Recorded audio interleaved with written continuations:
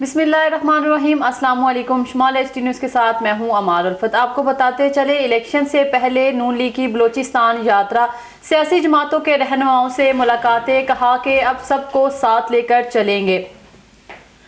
नवाज शरीफ अभी से ही अपने आप को वज़ीर-ए-आज़म समझने लगे, लाडले के ठप्पे से भी परेशान।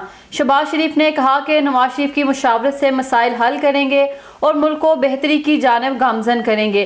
पीपीपी और पीटीआई के रहनुमाओं ने तबसरा करते हुए कहा कि शरीफ 16 माह की हुकूमत को भूल जाते हैं जिसमें उन्होंने शहद और दूध की नदियां बहा दी थी, लेकिन अब अवाम इनके झांसे में नहीं आएंगे। मुल्क को IMF के हवाले करने वाले अब किस मुंह से बेहतरी की बातें करते हैं। कल तक मरियम नवाज नून लीग से निकलने वालों को बुरा भला कहती रही और आज उनके दर पर ही सवाल करने खड़ी हो गई।